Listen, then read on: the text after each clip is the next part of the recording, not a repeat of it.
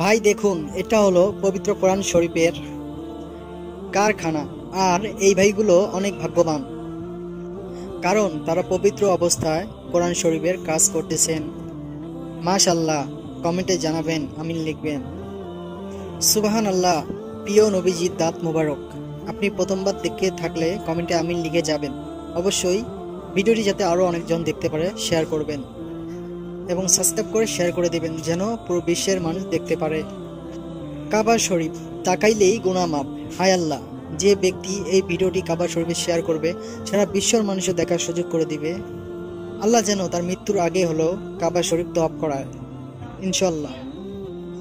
ভাই দেখুন, এই লোকটি হলো পৃথিবীর সবচেয়ে ভাগ্যবান লোক, কারণ কারণ এই সৌদি আরবের একটি সেনাবাহিনীর সদস্য ডিউটিরত অবস্থায় তার শেষ নিঃশ্বাস ত্যাগ করেন। কে কে এইভাবে মৃত্যুবরণ করতে চান কমেন্টে আমিন লিখে জানান।